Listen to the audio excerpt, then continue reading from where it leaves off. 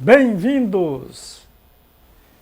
Este é o terceiro vídeo sobre criatividade na ciência e na arte. Os gênios realizam seus sonhos grandiosos na ciência e na arte, apoiados sobre os ombros de gigantes, como dizia Isaac Newton, referindo-se à influência de seus antecessores em sua obra científica. Porém, a ciência se corrige continuamente, testando e reformulando ou rejeitando velhos conceitos e incorporando novas ideias. E é nesta perspectiva que a ciência moderna substitui a ciência antiga. Mas a arte de hoje não substitui a arte do passado, nem a corrige, nem a torna superada. Ao contrário, a arte moderna é iluminada e enriquecida pela arte antiga. É a transitoriedade da ciência contrastando com a eternidade da grande arte. E mais, a formação de um cientista não exige o exame de escritos originais do passado. Físicos que não leram os princípios matemáticos da filosofia natural de Newton, ou biólogos que não leram A Origem das Espécies de Darwin, não são exceções. A essência dessas obras pode ser apreendida nos textos contemporâneos. Uma síntese do conhecimento científico acumulado em cada área pode ser encontrada em artigos de revisão e nos bons livros didáticos. Com as artes, a história é outra. Escritores que não leram as peças dramáticas de Shakespeare, compositores que não ouviram os quartetos de cordas de Beethoven e pintores que não apreciaram os afrescos de Michelangelo são flagrantes aberrações. É curioso observar que as teorias científicas e obras de arte posteriormente reconhecidas como importantes produtos criativos são alvos frequentes de incompreensão e rejeição nos primeiros momentos e às vezes durante muito tempo. A teoria heliocêntrica de Copérnico e a teoria da evolução por meio da seleção natural de Darwin são exemplos notórios de contribuições científicas extraordinárias que sofreram intolerância e hostilidade duradouras, tendo à frente um clero furioso. Focos agressivos e barulhentos de resistência à teoria de Darwin continuam ativos até hoje. Com as artes é a mesma coisa. Obras inovadoras inicialmente rejeitadas são depois aclamadas. O escândalo provocado pela grande tela Almoço na Relva, do pintor impressionista francês Edouard Manet, a reação feroz do público e da crítica na estreia do balé A Sagração da Primavera, do compositor russo Igor Stravinsky, e as dificuldades de publicação e aceitação de Ulisses, do escritor irlandês James Joyce, são exemplos ilustrativos. Todas obras-primas, elaboradas com estilo novo, em contraposição aos padrões convencionais. A questão é que as grandes criações humanas tendem a ser concebidas prematuramente no seio de uma sociedade ainda não preparada para compreendê-las e aceitá-las. Os gênios criadores, a exemplo de Manet, Stravinsky e Joyce, frequentemente antecipam-se, produzindo hoje inovações que só serão incorporadas à cultura no futuro. O público, em geral, prefere a tradição e não gosta de ser apanhado de surpresa pela obra inovadora, explorando contextos fora dos padrões convencionais. Os gênios produzem novidades que podem parecer estranhas ou mesmo chocantes aos contemporâneos. Muitas vezes, o reconhecimento e a fama são alcançados apenas após a morte, como aconteceu com Mendel, Bach e Van Gogh, personificações do gênio incompreendido em sua época. Outro aspecto importante da criatividade e genialidade é o enigma do prodígio infanto-juvenil, cérebros que ainda na infância ou adolescência apresentam desempenho espantoso ao produzirem obras dignas de criadores maduros. Com apenas 16 anos, o matemático, físico e filósofo francês Blaise Pascal publicou em seu ensaio sobre cônicas, contendo a formulação que seria depois conhecida como Teorema de Pascal. E aos 18 ou 19 anos inventou a primeira calculadora. Aos 17 anos, o compositor alemão Felix Mendelssohn criou uma obra-prima, a abertura de Sonho de uma Noite de Verão, baseada na peça de mesmo nome de Shakespeare.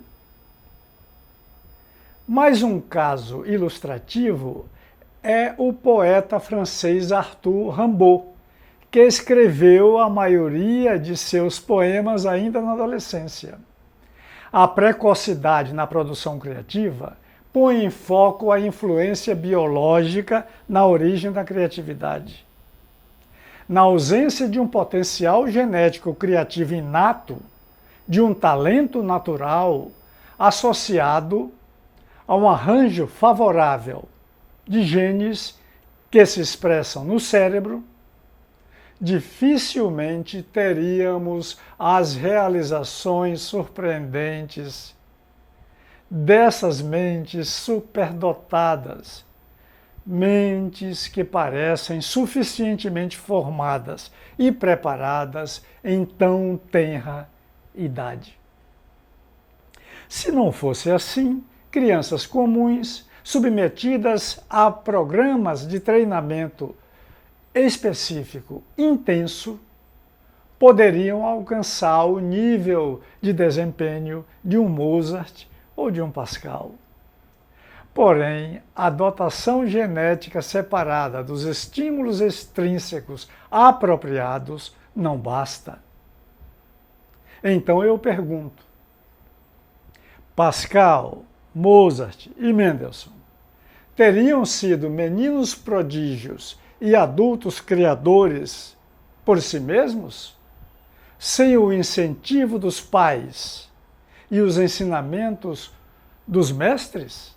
Ora, o que temos aqui são muitos genes em interação complexa com fatores ambientais, socioculturais. Outra particularidade da criatividade humana é que os registros históricos mostram uma concentração de personalidades altamente criativas em determinadas áreas artísticas e científicas, e em épocas e lugares específicos. A aglomeração de pensadores seminais na Grécia clássica entre o final do século V e meados do século IV a.C. moldou a filosofia ocidental, principalmente com as obras de Sócrates, Platão e Aristóteles. O esplendor das artes visuais no Renascimento italiano, tendo no centro os gênios florentinos Michelangelo e Leonardo da Vinci, produziu reflexos duradouros em toda a Europa e afetou para sempre a história da cultura. E a concentração sem precedentes de cérebros inventivos em numerosas instituições de pesquisa científica tem se traduzido em avanços espetaculares nas ciências naturais. Em épocas recentes, com a física atômica predominando na primeira metade do século XX, e a genética e as ciências biomédicas na segunda metade e primeiras décadas deste século. O aparecimento de ondas de atividade criadora desencadeadas pela concentração de mentes luminosas em determinados lugares e em certos períodos históricos, explica-se, possivelmente, pelo apoio decorrente dos recursos da sociedade e pela noção de que a excelência gera excelência.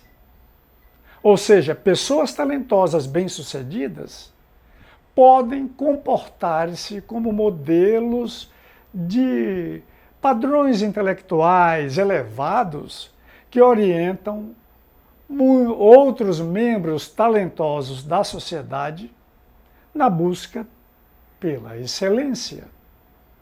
Vale lembrar que a revolução científica que institui o primado da razão em substituição à supremacia medieval da fé e a invenção da imprensa com tipos móveis, que democratizou o conhecimento, resgatando-o do monopólio da Igreja, são produtos igualmente grandiosos da mente criadora do homem renascentista.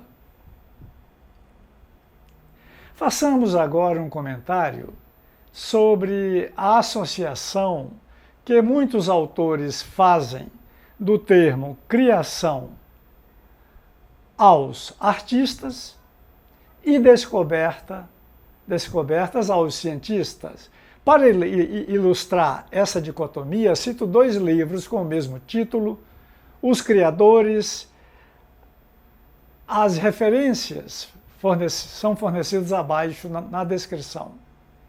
Pois bem, nenhum deles inclui cientistas, mas apenas compositores, pintores, escultores, poetas, romancistas, etc. Entretanto, se as teorias científicas não podem ser derivadas diretamente dos dados da observação e da experimentação, de que outra maneira elas poderiam ser produzidas, se não por atos de criação? Einstein dizia que as teorias são criações livres da mente humana. Os cientistas inventam métodos de investigação e criam teorias e modelos para explicar os fatos e os fenômenos regulares que descobrem na natureza. E, com frequência, inventam, projetam ou aperfeiçoam os instrumentos utilizados nas pesquisas. É na invenção de teorias com grande poder de explicação e previsão que a criatividade na ciência manifesta-se em seus níveis mais elevados.